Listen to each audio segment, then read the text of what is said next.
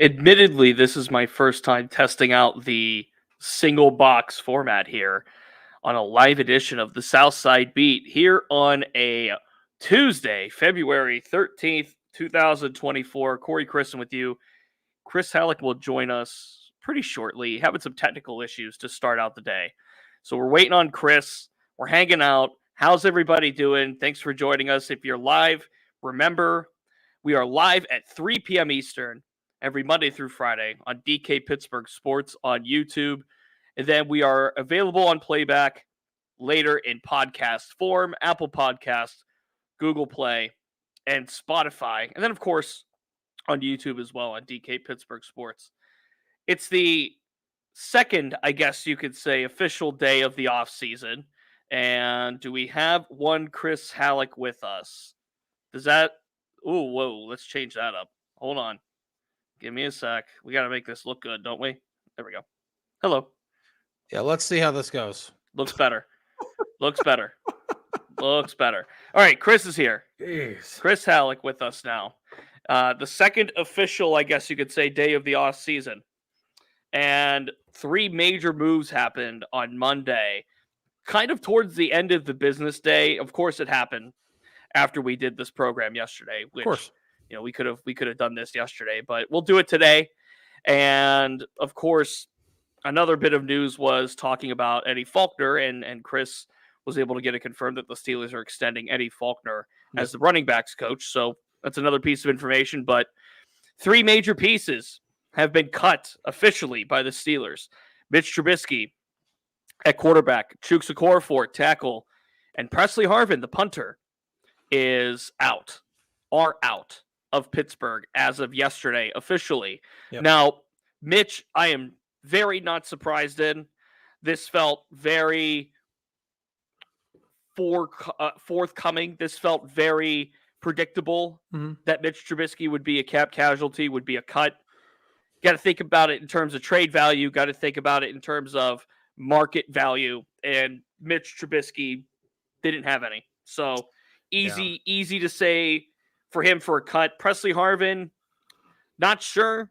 You can't really trade punter. I mean, it's hard to trade punters in this league. It just is. No. But as Brian says, why not try to trade them? I thought Okorafor would be a good trade candidate. Steelers apparently didn't think so, or they put feelers out and got nothing in return. So I think there was a roster. Yeah, they probably put feelers out, but there was probably I think there's a roster bonus situation there too. That a few days after the free agency begins, that if he's still on the team, he's paid a roster bonus. So that's against your cap. Every dollar is accounted for when it comes to the cap, one way or another. I think it just comes down to as simply as listen.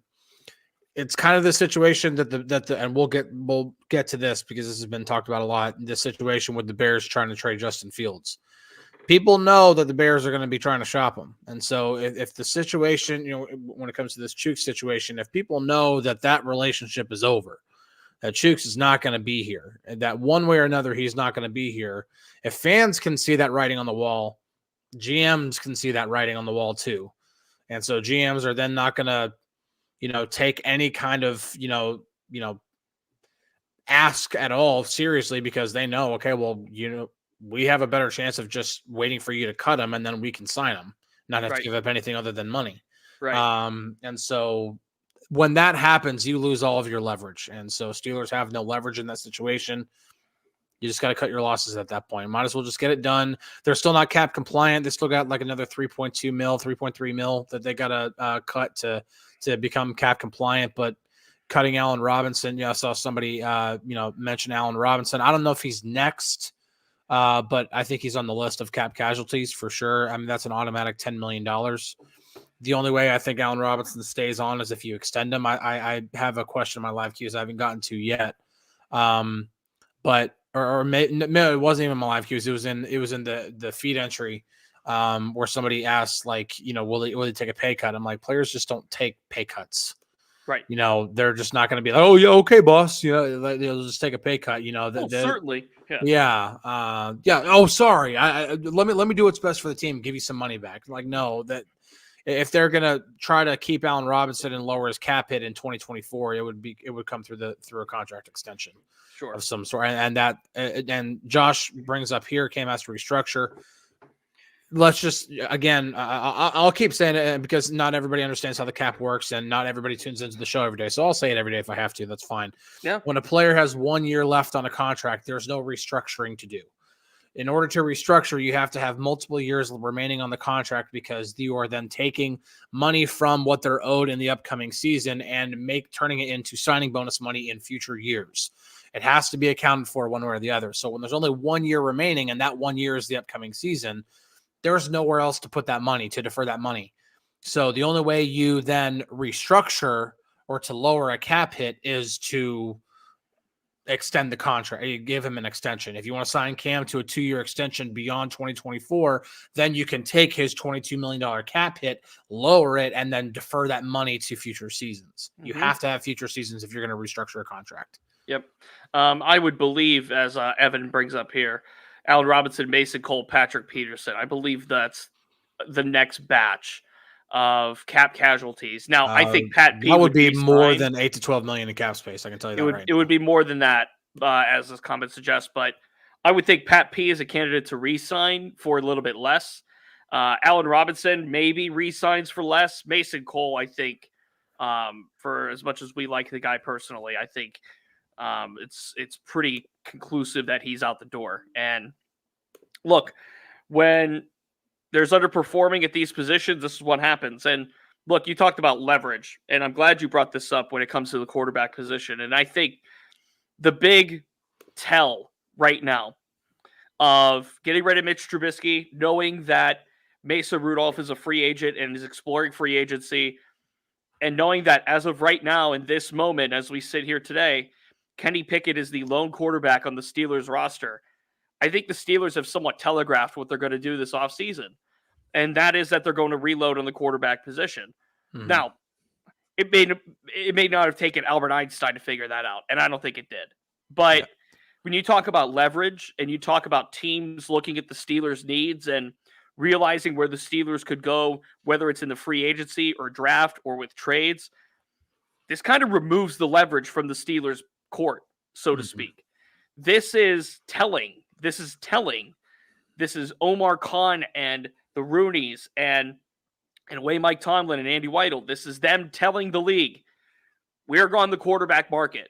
Mm-hmm. And when it comes to trades with other positions, and even to an extent with draft picks, I saw a thing today, I think it was Pro Football Focus of all things. Look at a hypothetical trade for Justin Fields that the Steelers would be able to put together. And it was something in the realm of a this year's second round pick and next year's 5th round pick. Theoretically, that's fine. But these teams, knowing the Steelers are, dare I say, desperate at quarterback, given Art Rooney's comments, given already the move they made by cutting Mitch Trubisky, given that Mason Rudolph is not a lock to re-sign here as of this moment, given the desperation that's building at the position here for the Steelers, do you think teams would be willing to trade or willing to give the Steelers a little bit of leeway in a trade? I doubt it, to be truthfully honest with you. So that just makes the free agent market and the draft, meaning I think day 2, if they draft a quarterback day 1, I'll be shocked. But meaning day 2, day 3, that makes the draft and the free agency that much more interesting. But yeah, desperation. Yeah, as Lifton says here, desperate might be a stretch, but it's becoming a clear need. They're not. Minimum. They're definitely not putting on that front. Just a really quick note here. I did the cap calculator and over the cap. This scenario right here, if they were to cut those 3 guys on top of the 3 cuts yesterday, would give the Steelers $18.3 million in cap space. That's Allen Robinson, Mason Cole, Patrick Peterson. Yeah, so that would give the Steelers $18.3 million in cap space. When it comes to the quarterback position, like, yes, everybody knows that this is a position of need for the Steelers, but it's not their only need. And the one quarterback they have on the roster right now just so happens to be a guy who they took in the first round a couple of years ago. This is not some scrub that they have. They don't have, Kent Graham on the roster right now, and that being their only quarterback. They have a guy who they believe can be a starter at the NFL level. But whether watching this show right now, whether you believe it or not, the Steelers are putting on that front. And Kenny Pickett has at least shown enough where he can be a starter and a capable starter if he cleans up some significant things. And that's a big if, right? I've talked about it that if he doesn't clean up a couple of major things, specifically pocket presence and being able to stand in the pocket, he can't have success in this league. He just won't. Not even as a backup. But the Justin Fields stuff was going to come up today because especially not only because, Schefter talked about, okay, here's the thing. And this is nothing against Adam Schefter because it's already known. Yeah. He didn't say anything wrong, but everybody knows at this point that Mike Tomlin likes Justin Fields. And everybody knows, if you pay attention to the Steelers at all, that the Steelers like to go back to guys that they liked during the draft process, that they got to know during the draft process and liked during that process. Justin Fields falls into that category. And so with the Bears shopping him and the Steelers just happen to need a quarterback and, Mike Tomlin likes him, that's why there are so many rumors about Justin Fields to the Steelers. Now, I have my reservations of this actually happening, not only because of that kind of, to me, not entirely, but that to me is a complete supplanting of Kenny Pickett. I'm not saying Kenny Pickett has no chance at all of being the starter if they were to trade for Justin Fields. I just think that if you trade for a guy like Justin Fields, that is a complete that's an even bigger statement of we're sticking with Mason Rudolph as our starter in the playoffs. That is a bigger statement of we are willing to give away draft capital to bring in a quarterback of significance. So again, not saying that if they were to trade for Justin Fields that Kenny Pickett has no chance, but I think the chances are very, very slim. I said this yesterday. I'll say it again. If you're not going to have the quarterback short up, you better have 2 through 53 short up. Yeah. And that's what the San Francisco 49ers are, but they still have the quarterback short up. That being said, I don't think the Steelers are in any position to mortgage the future for any of these quarterbacks, to be truthfully honest with you. Mm-hmm. I don't think any of these guys, Justin Fields, Kirk Cousins included, those are probably the two at the top of the list right now in terms of potential for this franchise to take them somewhere. But I don't think either of these guys are on that. Clearly not on the Patrick Mahomes level, but no, even on that Joe Burrow, Lamar Jackson, yeah. Even on that Joe Burrow, Lamar Jackson, Josh Allen, Tua Tagovailoa when he's healthy. Like, they're not. He's Aaron Rodgers if he comes back healthy. Like, they're not on that level. To me, they're not. No. And if you're going to give up capital when the rest of your 53 is not short up, there's obviously spots that are. Yeah. But when you have a lot of holes on your 53, like the Steelers do, I don't think you can afford to give up that kind of capital for a quarterback that is it's an upgrade, but it's not a head and shoulders upgrade to me over Kenny Pickett. No, now Kirk Cousins is a head and shoulder. I think we disagreed on this before. We can disagree, and that's fine. Yeah, we will. Kirk Cousins is an absolute slam dunk head and shoulders upgrade over Kenny Pickett. Now, Kenny Pickett or Kirk Cousins is not on that level of Joe Burrow, Lamar Jackson, all those guys. He's not on that level.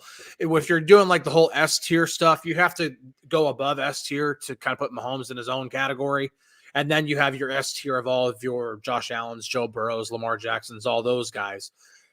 To me, that tier 2, that's where Kirk Cousins is. Okay. Kirk Cousins is horribly underrated. I think he's right under that tier, but that's me. Yeah, I'll bring up his stats real quick. I mean, and this is not like a campaign for Kirk Cousins. Career 67% passer, career passer rating. If you had to guess what his career passer rating is, what do you think? Is it the 80s? No, God, no. Way higher. Okay. Way higher. Probably like in the low hundreds. No, not quite that high. Okay, what is it? 98.2. Okay, good. Career passer rating, and 4 of the last 5 seasons he's had a passer rating in the triple digits, while throwing for 3,600 yards, 4,200 yards, 4,200 yards, 4,500 yards, and 2,300 yards before he got hurt last year. Okay. So to me, that is way above where Kenny Pickett is, because Kenny Pickett has proven nothing on that level right now, unless it's just Kenny Pickett in the fourth quarter. Now Justin Fields is a different story because the ceiling with Justin Fields is higher because of how dynamic he can be, how the the way he can stress a defense with his legs and with his arm, because he has a phenomenal arm and he's very, very good with his legs. But ball security issues are a huge concern. 30 picks in 3 seasons is a problem. Yeah. I don't care what offense you're playing in. That's a problem. Yeah, somebody brings it up here. 68 turnovers. That's a problem. I mean, you cannot. If there's anything that irritates Mike Tomlin more than anything, it's turning the ball over, or not capitalizing on takeaways. If you're playing on defense. So right. I have my reservations of whether that would actually happen or not because of what it would take to get him, what you would have to pay him, because you're thinking possible 5th-year option, and then ball security issues and being able to minimize those while also trying to be dynamic. Mm-hmm. Few comments here. By the way, Chris and I have a hard out at 30 after the hour today. So yeah, hard out today. Then we'll get you set up for DK and Ramon at 4 o'clock for the Ramon Foster show. Few ones here from the chat. Johnny asks, where's the Mason Rudolph love at? Did you guys not see what he did? Kenny Pickett cannot stay healthy. We're operating under, I can't say assumption, but we're operating under the current notion that Mason Rudolph will not re-sign. And that is just, as we sit today, he is not on the roster. He is a free agent. So we are operating under that right now. But now, we also should operate under the very, very real sentiment that the Steelers, of all of the situations when it comes to addressing quarterback, they prefer to have Mason Rudolph come back. Absolutely. That's what they want. I mean, Mike Tomlin said it publicly. Art Rooney said it publicly multiple times. Yep. This is that. It's almost a foregone conclusion at this point, which is probably why we haven't even mentioned it yet, because we all kind of know that at this point. We know that if the Steelers have their way, no matter what, Mason Rudolph is back on the roster. Right, but it's a matter of what Mason wants. Yeah, I mean, he has every right to go to free agency and to be like, what's my market? Mm-hmm. I mean, not just in terms of money, but in terms of, is somebody else going to give me an opportunity to be a legitimate starter? Mm-hmm. Steelers will give him that opportunity. They'll give him an opportunity to compete for that. But they're saying they're giving him that opportunity, but that's one thing. And that might be why Mason ultimately decides to not do it, because he's been I've been told that before. That's the job of Mason and his agent as we speak today. Yeah, that's what they're feeling out right now, is whether the legitimacy of the offer, so to speak, from the Steelers is that Mason will have a chance to compete with Kenny Pickett and will have a legitimate shot at starting week 1 next year. Not a paper comparison, not a put it out in the airwaves that, hey, we'll let this guy compete. Come on back to us. And then it's a faux. It is not going to be a legitimate competition, and Latrobe and Kenny Pickett's going to start week 1 no matter what. They could completely lie to Mason Rudolph in that way and re-sign the guy to be the backup. And guess what? For as horrible as that might sound coming out of my mouth, that's business. So that's up to Mason and his agent doing their diligence to find out, number one, if the Steelers are being legitimate and they're being genuine about that offer and that opportunity. And number 2, if any other team has that on the table for him. That's what it's up to them for that. Evan asked, would you possibly see a trade with DeMarvin Leal this offseason? It depends on what other teams perceive him as right now, because him being a healthy scratch for as many games as he was, that just kind of shows how the Steelers feel about him right now. And if I'm a team in the NFL, I'm not offering anything above a 6th or 7th round pick for the guy. I will say this really quick, because Cody brings this up. If they pay Mason $10 million, I would say per year, he's starting. And I'm based off of precedent. I have a hard time arguing with that, because why did Mitch Trubisky become the starter? I mean, the unquestioned starter in 2022. Right. I mean, he was being paid the most amount of money. The training camp competition in 2022 was not a competition. It just was not. The only time there was ever a competition at all was for QB2 between Mason and Kenny. That became a tangible thing that you could look at, because at a certain point during training camp, I think it was 2nd week or something like that, you started to see Kenny start to split 2nd team reps with Mason. You never saw Mitch tag out on 1st team reps ever. It did not happen.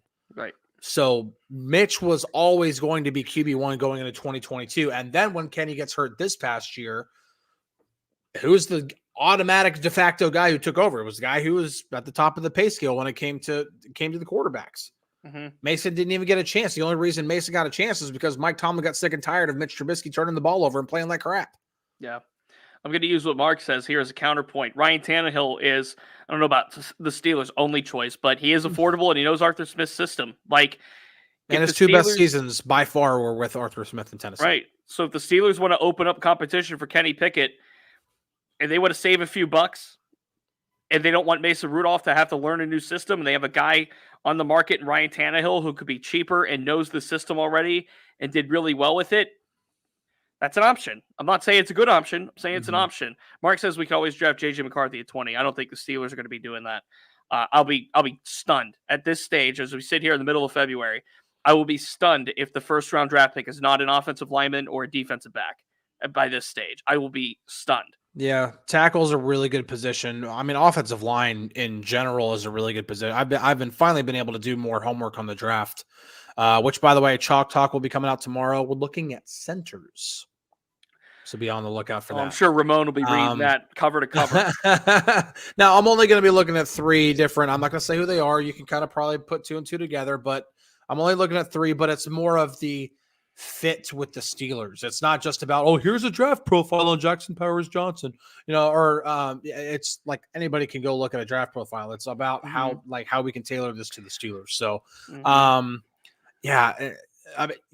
it's offensive line's a really good position. Quarterback is also really, I mean, not saying first round, but quarterback is a really good deep position. Receiver is a really deep. I will be now they didn't take a receiver last year. I will be shocked if the Steelers don't take a receiver this year. I think they will. I think that's I'll be day 2. shocked if I they think don't. it's minimum day 2. Sebastian says T'Vondre Sweat at 20. I think that's a day 2. Not that high. No way. I think maybe at 51, not at 20. I mean, T'Vondre Sweat, like lots of stuff to like, but he is not a completely polished player that you just take to plug into your defensive line right away. Not at this point. Mike Tomlin loved him some Roman Wilson, Ben. Yeah. Loves him some Roman Wilson. TJ says inside linebacker. The 2 that I liked in Mobile were Peyton Wilson and Maris Liafu, the NC State and Notre Dame, respectively. Products. Inside linebackers are starting to become It's interesting. It's really interesting. Outside of quarterback, the positions in the middle of the field don't get a lot of love when it comes to like draft value. Center, even guards, interior linemen, running back. Inside linebackers, safeties. They don't get it. The guys who get drafted the highest are typically the guys who cost the most amount of money, which makes sense. I mean, cornerbacks, tackles, edge rushers, receivers, like those guys, they're the ones who get that. That's why, especially in a class like this, I think Mel Kiper had 8 tackles go in his first mock draft. I said, it's Mel Kiper. Yeah, but I mean, Daniel Jeremiah, I think, had 7. Yeah. So, I mean, it's a really, really deep tackle class. There's going to be a lot of tackles off the board in the first round.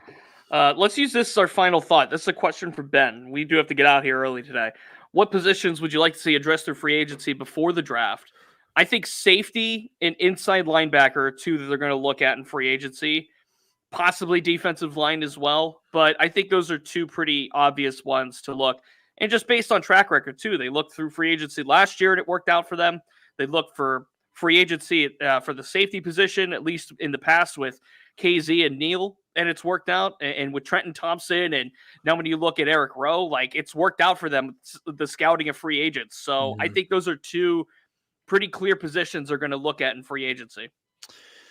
I think cornerback is a big one. I think cornerback is not only a position that you're going to sign somebody in free agency, but also draft. Bob, you're freaking crazy. My favorite Mel Kiper thing, by the way, Bob, is the what's his name, Frank Caliendo, Todd McShay thing that they had with the coffee. But no, yeah. No, but cornerback, I could see the Steelers both signing one in free agency and drafting one. They have a lot of outside of Joey Porter Jr., there's nobody. Nobody. I mean, Levi Wallace is a free agent. Yeah, you have Patrick Peterson, but he played better as a safety and as a slot corner than he did as an outside corner, so you still need a cornerback. Omar, looking at Chris Jones, I don't think so. I mean, if they're going to spend big money on any position in free agency, maybe defensive tackle, that could be one. Inside linebacker could be another one. But I mean, last year, there's not really a lot of precedent for inside linebacker though, because last year it was a very deep class of inside linebackers in free agency, and they didn't play at the top of the market there. Mm-hmm. They went with Cole Holcomb and Elaine Roberts, and then eventually, right before training camp, Quan Alexander. So, few good corners on the market too, by the way. Yes, very. Johnson, Snead, just to name a couple. Those are really good cornerbacks that are on the market. So, yep, they have an option. They have options to look at. I think if you run it back with if you sign, let's just say hypothetically, if you sign Snead in free agency, and the Steelers go into the season with Joey Porter Jr. and Snead on the outside and Patrick Peterson as a slot corner, kind of like a box safety type thing or a third safety type thing, I think you're still going to have more depth there. That's why, hopefully Corey Trice turns into, a player. Darius Rush hopefully turns into a player. You draft another one, possibly, maybe, day 2, something like that. But yeah, I don't, I'm just saying, and like, listen, like Lori said, oh my God, that would be amazing. Yes, it would be amazing for the Steelers, but that's in theory. I mean, I'm not, if I ever have to bet on the Steelers being a big money, like throwing a massive contract out in free agency or pulling off a blockbuster trade for Justin Fields, I err on the side of no, because that's not the Steelers' way. Yeah. Yeah, and yes, you can grab a slot corner later in the draft, as Jack asks here. Where's the... Oh, Mike says Darius Rush and Corey Trice must not be looking too good for next year then. I mean, let's keep in mind, like, Darius Rush is a practice squad guy. Corey Trice was a 7th-round pick. You shouldn't... Hello? Hey. That's why I have to go. All right, I think that's our bell to get out instead of having a bell to get in. I think that's our bell to get out. Oh my gosh! Keep in mind that's an undrafted free agent. That's my watchdog right there. It's all right. Yeah, he is. Hey, that's a good boy there. How about that? He's doing his job good. I don't have to have an alarm system with my house. No, you do not. All right, I think that's our cue to go. DK and Ramon are coming up in about 33-ish minutes here as we're getting out early today on a Tuesday. Hey, happy Valentine's Day tomorrow. Gentlemen, let that be your warning in case you haven't gone out yet. I was at the store this morning. You should have seen the line for flowers. You should have seen it. It was something. I'm sure. All right. Chris has to go. We're out of here. Talk to you tomorrow. Have a good day, everybody. All right, bye.